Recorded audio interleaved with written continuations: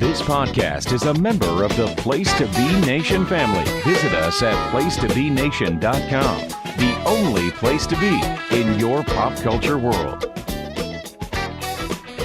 Hey everybody, Adam Murray here, one half of the Place to Be Nation's NBA team, along with my co-host Andrew Riche, who is not here right now. It's just me recording a quick intro.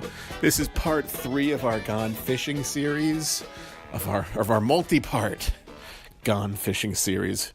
We got 3 more teams for you today, so we hope you've been enjoying it. We hope you like this new mini laid-back format as opposed to just giving you 3 hours of stuff to go through. We're just sort of chopping it up a little bit.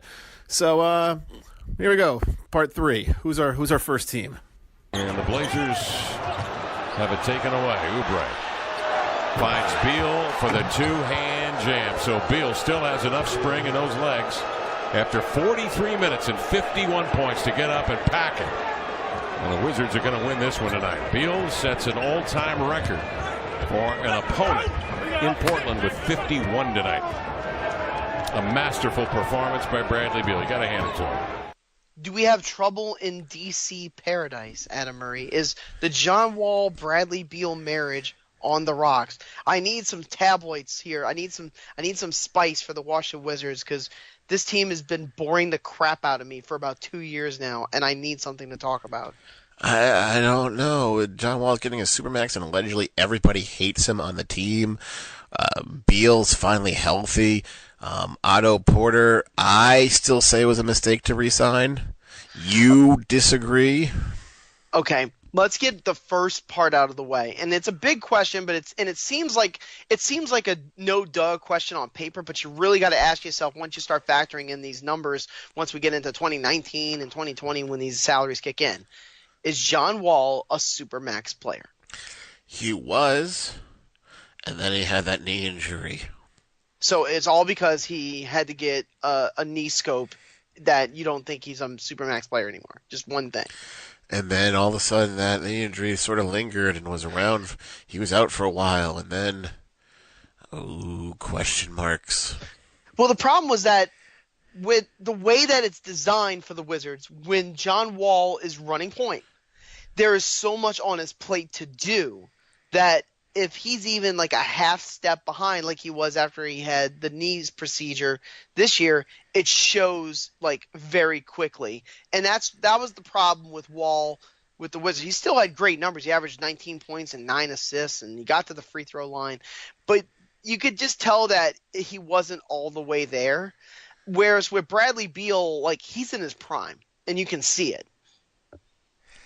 Yeah, he is, and then you're still evading the third question.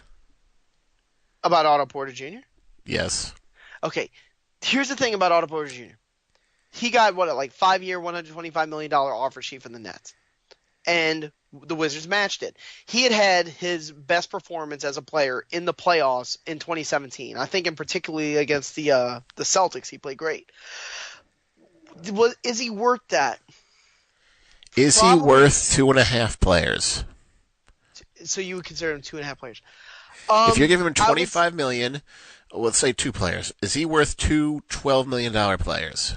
I don't think he's worth that as a role player, but I do think that the Wizards envision him as more than a role player.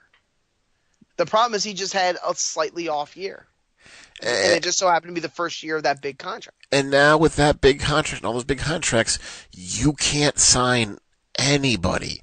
And I mean, you have no money for anybody. You are left to veteran minimums. And the problem with veteran minimums is everybody's on the luxury crunch. So your veteran minimums, you're fighting. Okay, You're skipping one big part of what Ernie Grunfeld did, and that was signing in Mahimi to $16 million a year. That was Al Horford panic move. It was a gigantic mistake. I still to this day don't understand it. And you could tell that they were trying to make it work, but Mahimi is just not a starter level center. Would you agree with that? Well, he wasn't. He was injured and then just never came back right. And then that's where he is now, just not back right from his injury. I mean, he could not get ahead of Mike Scott in terms of value in the front court. And funny, speaking of Mike Scott, he has played himself off that team by being too good. Yeah, being a good shooter too. He took a 1-year prove me deal, and then he worked his way out. The only, they have no development. The only development player they have who's worth anything is Satoransky, who, if I recall, and I guess this gone fishing is just sort of things Adam said that might have been correct. Because I'm sort of picking these things apart because, I mostly say incorrect things, but when I find something that I'm right on, I sort of just want to keep that in the forefront. Satoransky, I said, was good. They want to make him a point guard at the beginning. He wasn't. All of a sudden, he's now a 2 and a 3. He was pretty decent, wasn't he? He was a really good shooter. 52% from the field, 46% from 3. That's what I agree with that. I think he's I think it was sort of square peg in a round hole for Satoransky. I do agree with that. Jody Meeks didn't really work out, but he's got a player option at $3.5 million. We'll see what he does with that. Because the shooting is valuable. I mean, there's a chance that Jody Meeks might just opt out and get more. I don't think there's really much more out there for him. The problem is Tim Frazier is $2 million, and they can't even get somebody at Tim Frazier level next year. All they could get are hope they're two-way contracts, and they get some D-League call-ups that are. What I'm saying, they have no money for anybody. They have no money for anybody. And their bench is so bad that you're actually better off keeping Jason Smith. That's how bad your bench is right now. Pretty much, and they made their attempt 2 years ago. They got Nicholson, who we thought wasn't a bad deal, and every signing they did was just terrible. Yeah, they tried to get they got McCullough out of that too. Marcin Gortat, listen, he's got 1 more year left. It was a flat deal. It was like $13.5 million over like 4 or 5 years. I think it's time to let him go now. He's not terrible. It's just he's getting older. And he doesn't get along with Wall. Now, I know you talked about rumblings that maybe Wall has there's a lot of disdain with Wall being at the lead of that organization, how his contract might be weighing on the team's progress. I get that. But I don't know if Gortat – I don't think standing pat again with the front court is the best idea. I think you gotta spice it up. And that's all we said they could do last year was just that was their team. It was just sort of ground and pound, Morris and Gortat, and then those 3, and Morris and Gortat, and those 3, and now it's just and just speaking of Morris. Wasn't he supposed to be the good one in Washington? Do you think they're secretly trading places in the playoffs for Boston? Is this the Brad Stevens circle jerk show? Is this what this is? You're just trying to give all the credit to Brad Stevens for building up Marcus Morris? Is this all? No, I'm saying, do you think the Morris twins are like, yo, you want to play game 3 for me? All of a sudden go off for 20 and 10? Pulling off some twin magic? Yeah, nobody can tell them apart. So Here's the funny part: Markieff played really well in the playoffs last year.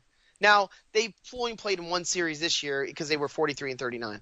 They played the Raptors and they looked okay, but you could tell they were overmatched. With Marcus, maybe he just fits better on a good team is the best way to put it. Whereas he was in Detroit, where he was just like everybody else in Detroit, absolutely miserable. But for not just try to poo-poo on Detroit, but it's true. With Markieff, I guess he's a guy who's more of a front runner. When things aren't going well, he sort of starts to slide. Is that a fair way to put it?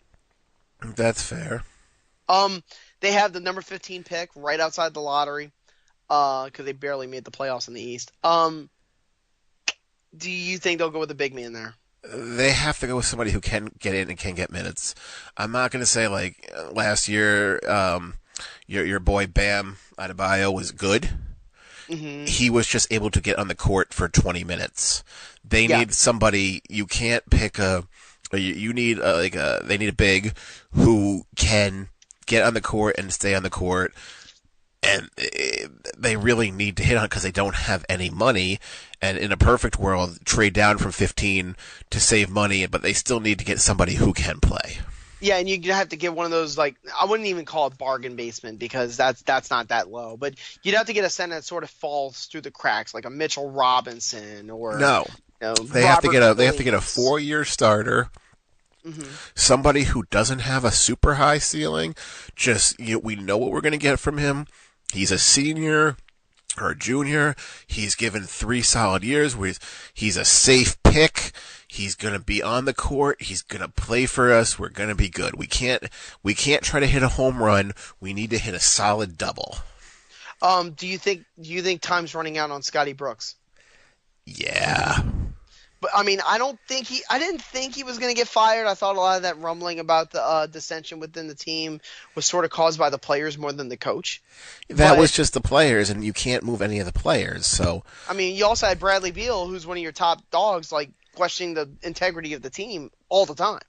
You know, I mean, there's a lot of strife there. There's a lot of strife at the top with Washington. And that's just the players against the players. That's not the players.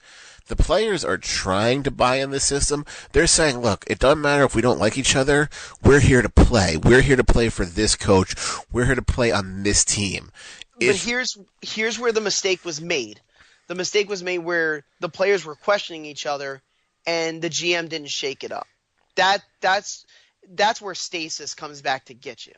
Well, the GM can't shake it up without trying to trade Porter or try to trade, Beal. You have to get one of those three out, and you can't get one of those three out without getting diminishing returns. You'd have to probably unload. Like, I agree with that. You'd have to unload a younger, good player that would have the value. Porter would have to be the one that goes. Yeah, either that or Kelly Oubre Jr., but even though he's on a rookie contract, he's up in 2019 for restricted free agency. But people like Oubre.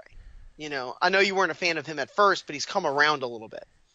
Yeah, well, that's the problem with drafting freshmen is you watch him out there, it's like he was just – remember that one play? He was just staring into the crowd. The play had gone – He's a bit of a dunce, but like he comes off the bench and he brings value. But I agree with Porter. He's gotten to a point where the contract is a concern. He's got to step up to the plate. I do agree with that. So then the question is, Beal is untradeable, not because of his talent, but because of that supermax contract. Nobody could take on that $40 million.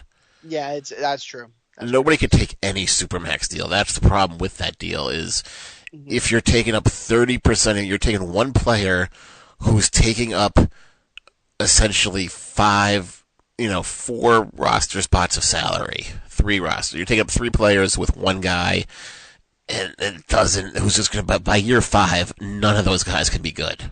Well, that's the other thing, too. They sort of like prorated the contract. It's like, if John Wall's our best player and Otto Porter's making $27 million and Brad Beal is making about the same. Well, we got to give him $37.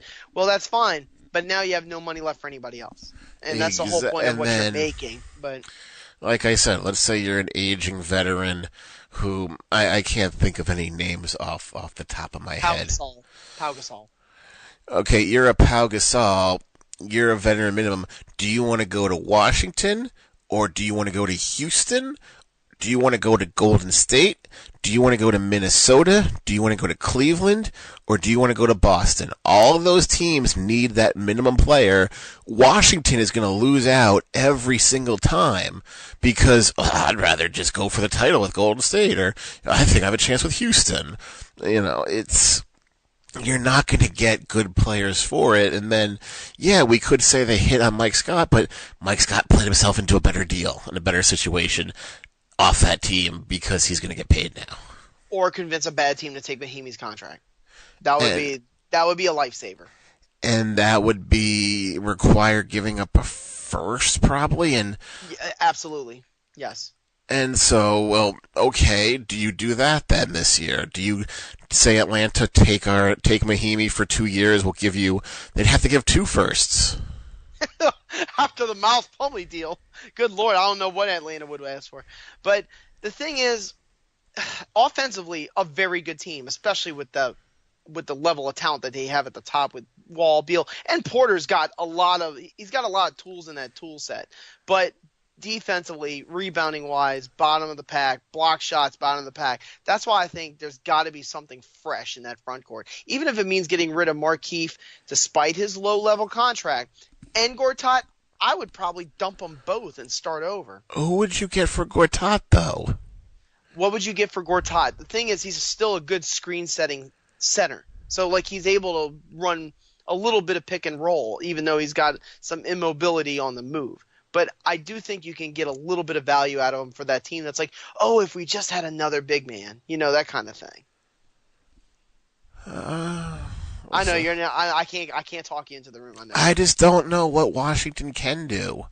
That's the problem. If every choice doesn't seem good because they've built this, they've created their own prison. Are you saying that signing Ty Lawson at the end of the year was not a good decision? They had no choice but to sign him because, that was Trey Burke last year, and for some reason they didn't bring Trey Burke back, and they just lack of money is all you could do is get the best player who comes back from China. Well, here's the other thing too. Like, a lot of people poo-poo on their bench production, how bad it is. Well, if you're giving all your money to the starters and you're trying to focus everything on them, of course your bench is going to be bad. It's sort of like you're feeding the monster. But there's a difference between your bench being bad and who is the seventh man on this team? Probably Mike Scott. That's not a good thing. And then we're at a point too, like you were saying, like they had to fit in Satoransky because they were out. Wall was out for such a long time, and they were just desperate because they wanted to play Beal at the 2, so they had to put in Satoransky because I guess they just weren't confident with Tim Frazier playing starters minutes. And I'm fine. I accept that. I'm a Tim Frazier guy, but I understand that point of view. But you don't want to just put him in a bad spot. Meaning Satoransky. But he's coming along and he's developing, and it wasn't like Jan Vesely who that was just a bust. Let's just call it. I don't want to say it was a bust. I think they gave up on him too early because number one, he's killing it in the EuroLeague right now. He's one of the top centers, and two, but he wasn't killing it with the Nuggets when he was traded there a year later. And that's the thing is, I don't want to say that his small size came on too early because I think he could fit in the NBA now. But back then, you'll be a small forward. No. Whereas you could be an undersized, you could be a sort of a small ball center. Yeah, that could totally work. But again, Washington I don't want to say they're a complete dumpster fire. It's just they're like like one of those. What do you people do in the set when you burn your leaves? You just put a little bonfire in the back. You're just a slow, controlled burn. You're like, well, I hope this doesn't turn into I hope a breeze doesn't come in and blow a big fire all over the place. But it's not a good situation. Like, okay, they're good, but they're not elite. They're not going to be top. I think that the time of the top 4 seeds are over for them. And okay, well, now you're going to be on the road and you hate each other and you've hit that glass ceiling almost. They need a shaking up. Like, the problem I have with the Wizards is there's too much stasis with the roster. Like, it's almost to a point where it's like, okay, we're content with this. And everyone, the fans in DC, the players, people who are looking at this tax issue and the fact that the team's not getting better, saying you have to change something. Something's got to go. You got to get this guy out of here. You got to move this one out of here, and they're doing none of that. That's the one disappointing part with it. And we will end Washington on this little thought. Remember when having roster stability was supposed to be a good thing? We have all our guys signed up for 4 or 5 years. They're all going to play together. Ask the Houston Rockets how that worked out. Remember that was supposed to be a good thing? Oh, it's funny how times change, but good luck to Washington. They got their work cut out for them. Shake it up.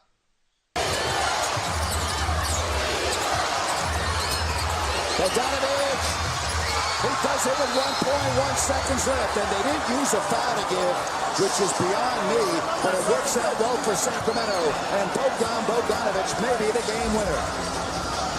You gotta love it, Grant Napier. I love these situations. Bogey, calm, cool, collected, knocks it down. The Serbian sniper attacks. The next team we're hitting on, the Sacramento Kings, who actually, as we were talking, just got the number 2 pick in the lottery, so things are kind of looking up. They never, ever, they very rarely get number 2. Well, they very rarely have their pick. They make a lot of bad trades, and then they're always stuck at 8th or 10th. But, do we dare say that this team isn't terrible anymore? Oh, they're still really bad. I mean, it was Boogie and then just dysfunction. is it safe to say we have young players who want to play? We have little Darren Fox looks good. Bogdanovich, do I need to say I was right on him? No. Yeah, Bogdan. We always do this because there's a Bojan Bogdanovich. That's with the Pacers. This is Bogdanovich. Very good player. You know, he is an NBA level starting point guard. I would say, not a backup. By point guard, you mean? And with the money he's making, he better be not a point guard. And then there's Buddy Hield. Buddy Hield. You don't think Bogdanovich would be a natural point guard on a good team? No. I don't know about that. Let's just move to Buddy Hield. Buddy Hield, people are going to obsess with him because he was the centerpiece of the Boogie trade on the return department for Sacramento. If you look at it that way, yeah, maybe it works out that, you know, the Pelicans went out on that deal. But Buddy Hield's not a bad player. You know, he was second on the team in scoring. It wasn't his fault he was drafted too high and it only is one-dimensional. But is it bad saying he's like a Jamal Crawford or Iguodala, just a sixth man? Dude, if you get the young Jamal Crawford now, you're in good shape. Because now, for you might be a journeyman down the road. 25, 28 minutes a game, he seems good. If you put him in 35 minutes, it's hard. You know, don't forget, he is backing up Bogdanovich at the two guard because Bogdanovich is a two guard. No, he's not. Well, let me ask you this. Very good three-point shooter. Do you think he should just start anyway? No. Because no, he doesn't. You think he's better as that six-man type? I think he's better if scoring off the bench. You have, in the future, Speedster Fox coming in. You have, Bogdanovich. You have whatever garbage they throw out the three. They can't get the small forward right, and they play their double bigs of Cauley Stein and Zebo or Cauley Stein and Costa Koufos. Yeah, and then there's Scalabissiere on the back end. I like Scalabissiere. Like, I think he's got a future. I wanted to say that, but they wanted to trade him last year because they're very high on Harry Giles. Yeah, I guess it's because he's got that kind of mid-range game. He's not a great rebounder. He averaged less than 5 a game, which is I think he's a second-year player. That's not great. He had every chance to become the man. He had every chance to get minutes, and it was just like, well, yeah, you sort of showed why you were the 23rd pick, or 21st pick. He was the trade down from the Papagiannis, Dragon Bender, Marquise Chris, and it seemed like it was like, okay, you had Marquise Chris and Bender, and okay, Labissiere, he's decent, he's worth it. We have 2019 RFA alert, which means somebody might be getting paid in October. And come on down, Willie Cauley-Stein. I got to say, like, it's always been there just looking at him, looking at the long arms. He's got the 7-foot frame, and he's got, he seems like he can guard guys. And at first, it seemed like he wasn't going to be able to put it together defensively. It started to come around this season. He averaged 12.7 rebounds, a steal, almost a block. His shooting became much, much better. Still a horrible free throw shooter. But I think he might get paid. I think Sacramento will try to tie him up. They have the money. You have the tutelage of Randolph, who... By all accounts we've heard, he's been a great teacher, so has Vince Carter. He led the team in scoring. Well, yeah, because he's the best player on the team, but he's not. He knows his time is up. He knows I can't play 40 minutes. Let me teach, let me be a mentor. Because there's a lot of old players who are like, no, screw you, I want to get mine till the end. Here's a couple interesting ones. We have 3 player options for Sacramento as we're talking about the free agency department. Garrett Temple at $8 million, I think he'll opt in. Oh, of course he's opting in. He's not opting out $8 million. Nobody's giving him $8 million. Nobody's going to give him $1 million. Costa Koufos, 8.7. Maybe he's unhappy. Maybe he wants to get out of there. Costa Koufos, 8.7. I think he might just stay only because nobody has money this year. This one's interesting because this is a classic. If you opt in, we'll buy you out anyway because they got the cap space. They have oodles of cap space. Iman Shumpert, who they got in the dumperoonie of the Cleveland Cavaliers at the trade deadline. Oh yeah, he's going to opt in because he's not going to get that money in the open market, and I don't think he played a minute for the Kings. He could very well have been right. I don't. And if he did, it was the last time I saw him, it was on the jump. He's doing more talking than he is playing. Yeah, remember when he was in New York and everyone was so super high on him? And then he tore his ACL, yeah. Yeah, and then just did nothing. Okay, the rookies, we talked about De'Aaron Fox, future star, I agree. Justin Jackson, almost 7 points. Frank Mason III actually turned out to be pretty good. Jackson, people, I guess, want him to be good or want him to be better. I just didn't see anything last year in him. I'd say to be continued. I think Mason's one of those guys that sort of maxes out early in his career because he's playing hard. But you know what he is. He's a decent backup or third-string point guard. Yeah. And then the last one we didn't talk about was Harry Giles. Sort of took a flyer on him because he played a lot of G League. They still like him though. He's sort of one of those guys where they haven't buried him. They're just kind of taking their time with him. They're just giving him the Embiid red shirt. Yeah, which is okay. There's nothing. His contract is next to nothing. If he weren't injured, he probably would have been the lottery pick. You mentioned that they seem to play a little better than you would expect. Do they play with a certain style under Dave Jorg? I mean, they were a slow-paced team, but they were awful in almost everything except for, being a decent three-point shooting team. Outside of that, just awful, awful, awful. They were dead last in points per game. They were second to last in efficiency on offense and defense. Didn't block shots, couldn't rebound. Now that Boogie's gone, couldn't get to the free throw line. Like, what is it that would make them seemingly better on the eyes? Because it was, I think their stats are kind of phony. Not phony, but it was two parts. Part one was George Hill, Vince Carter, Randolph, you're going to take us somewhere. Then it was, okay, we're not going to go anywhere. Great, then Hill was like, oh, I took all that money and you thought I'd be good. Very smart getting out of that George Hill contract as quickly as possible. I'll say that. Extremely. So I think it's, tale of two stories.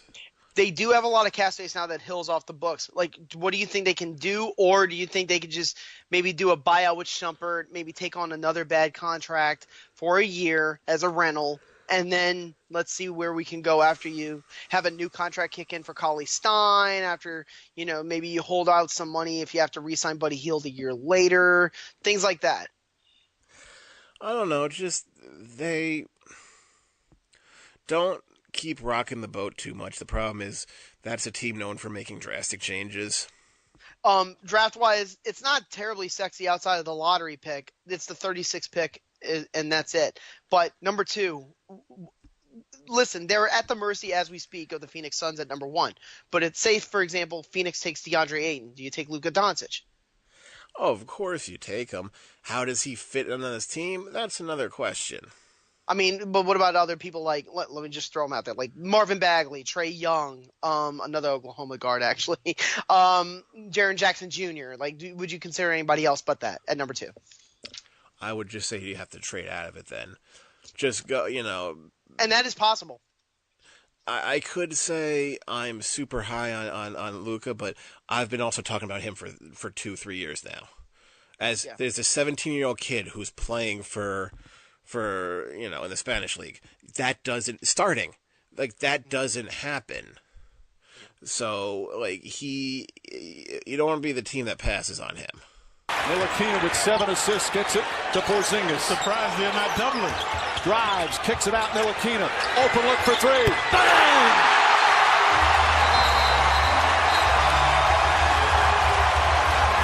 And Kristaps Porzingis leads the game to a standing ovation. A Porzingis masterpiece tonight. 40 points, 6 block shots, and more chance of MVP. The New York Knicks. They're the tradition of the NBA, Adam. Too bad that they've been traditionally awful for the last 5 years. Well, they gave all their money and all their power to somebody who had a vision that nobody shared with them, and then now they're just trying to spend their time undoing it. I know Isaiah Thomas just ruined the Knicks. I know.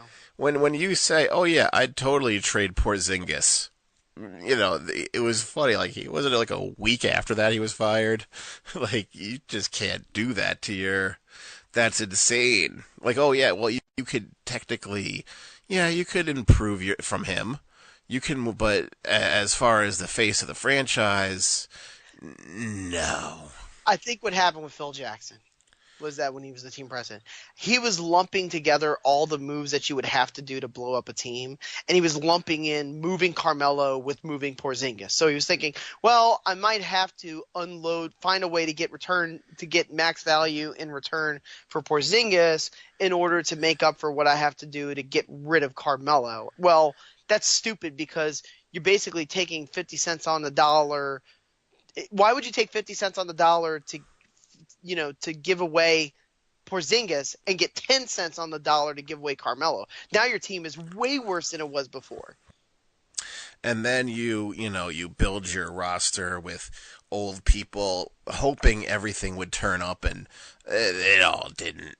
How dare you call Joakim Noah and Derrick Rose old? It's, it didn't help, Jeff Hornacek really didn't have a clue of what he was doing or how to coach.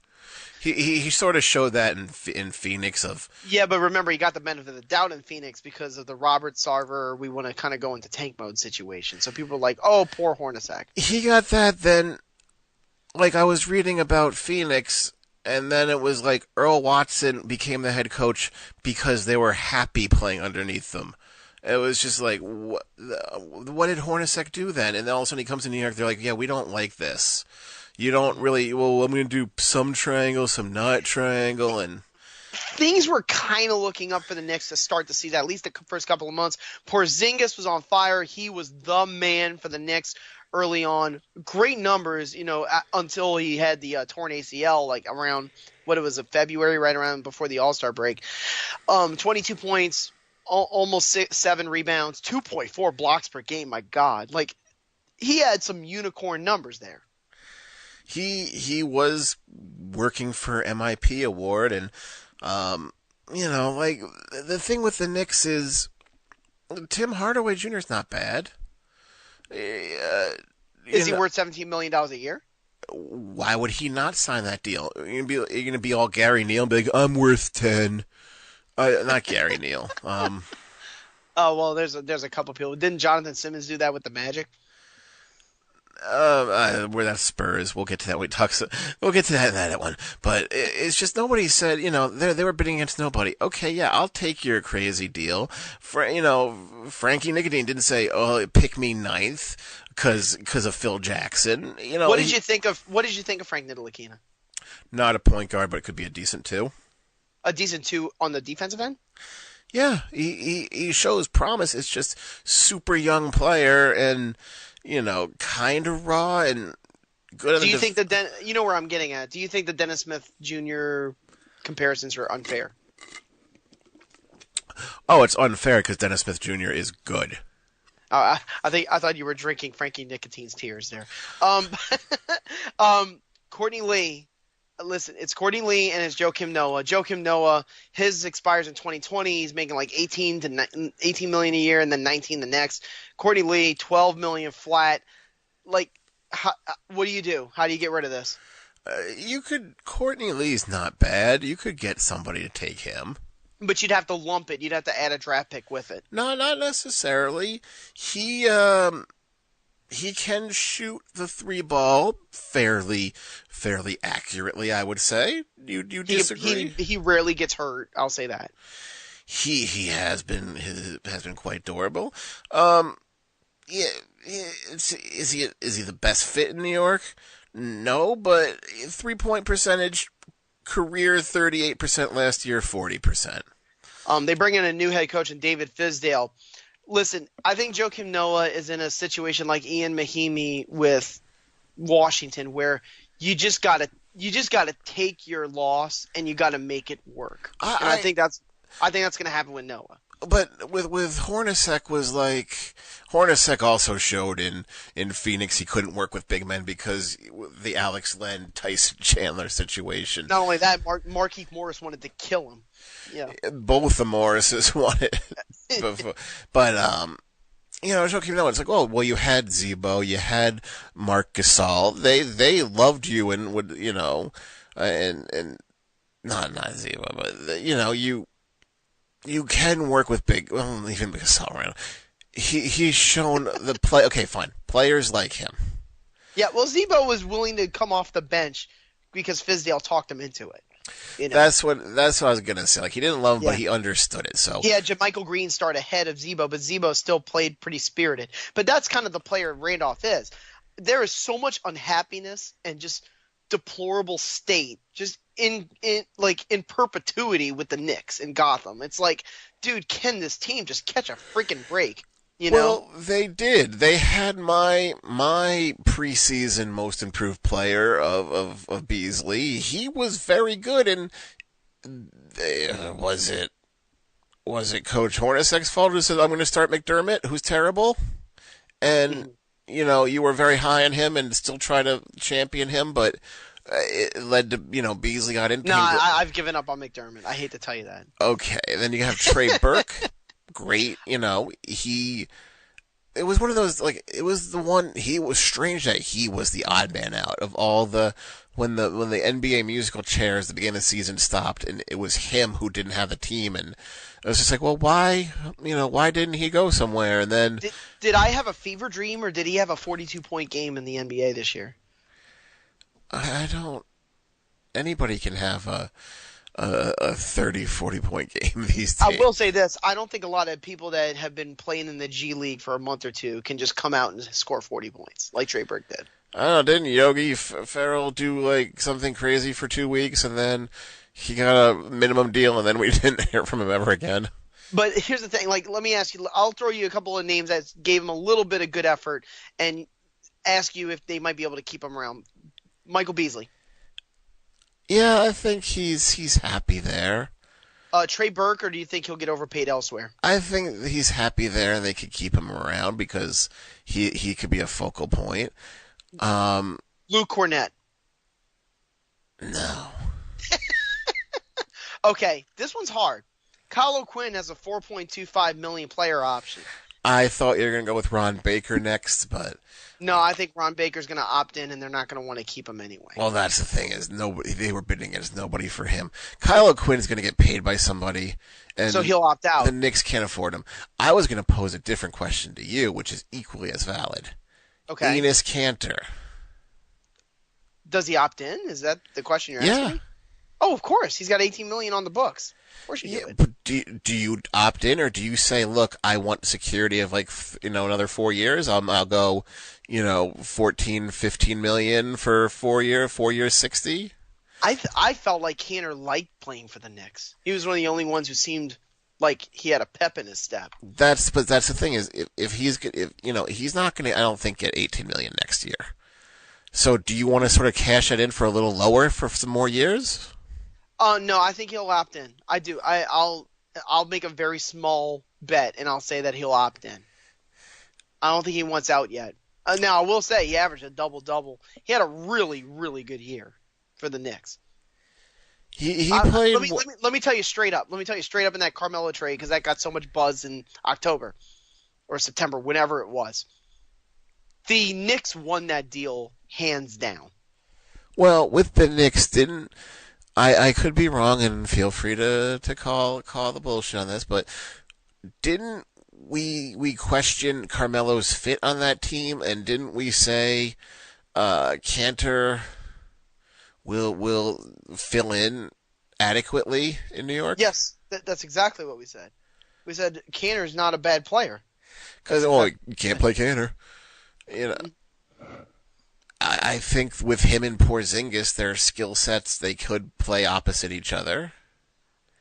So when the one thing I disagree with was getting rid of Willie Herman and Gomez. I did not understand that. Like that one, I didn't get. And they barely played Kuzminskis. Like, they showed a history of getting good big men out of they didn't play Kuzminskis because they just flat out cut him. I know. I don't understand why. And just ate his salary. They've shown they can get decent big men. Now, signing Noah, terrible move. But Colloquin, Hernan Gomez, those, even getting Canner in the trade, those are good moves. Those are good moves for big men. Yeah, these are small, encouraging steps in getting a coach who can develop these players as opposed to just a coach, we'll still keep Kurt Rambis on and he'll sort of be the triangle defensive coach and you could be the regular coach. You talk about when they got Kurt Rambis, huh? That was fun. The specter of Phil Jackson and, well, look what I did for these other teams. But you also had different players and it was a different time. You were able to put Luke Longley out there. Luke Longley would never survive in this modern NBA. The one encouraging thing, if you're looking at just the transaction phase of it, David Fizdale wanted the New York Knicks job. Like, he had options and he took the New York job. So, I mean, there's obviously questions when Porzingis coming back from the ACL injury. I think he'll bounce back okay because he's so young. Tim Hardaway Jr., you just got to get another good year out of him. Joakim Noah, all I can say is just sit tight. Like, I don't know if they can just maybe rehabilitate him, remotivate him, and see if he's got a little bit left in the tank. That's the only hope there. Maybe try to make Emmanuel Mudiay work. He didn't look great with the Knicks for the couple of months that he played, but, maybe he'll show a little bit of something.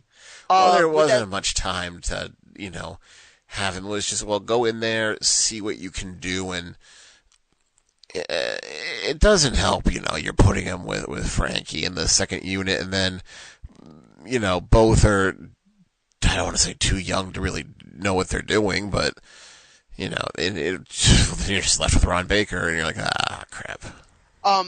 But here's the thing, too. They're right around the salary cap, but they're not like in luxury tax hell or anything like that. They got a little bit of room to work with, especially if, like you think, Canner might opt out. Then you got some options.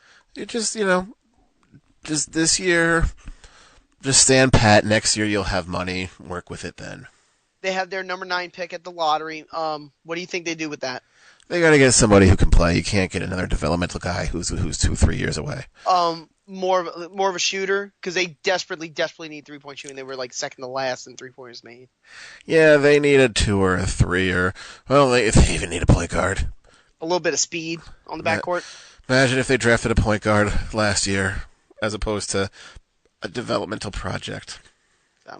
But yeah, I'm looking forward to the Knicks. I'll put it that way. They're not like there's. If Porzingis comes back, nobody wanted to see him go out. It broke everybody's heart. Like, oh man, he was good. He was like Giannis. It's just like, it was fun to watch him. And then once he goes out, like, this team really does suck. And that's going to be doing it for the end of this version of the Gone Fishing previews for our team previews. And Adam Murray, do you want to go out with anything? Thanks for listening.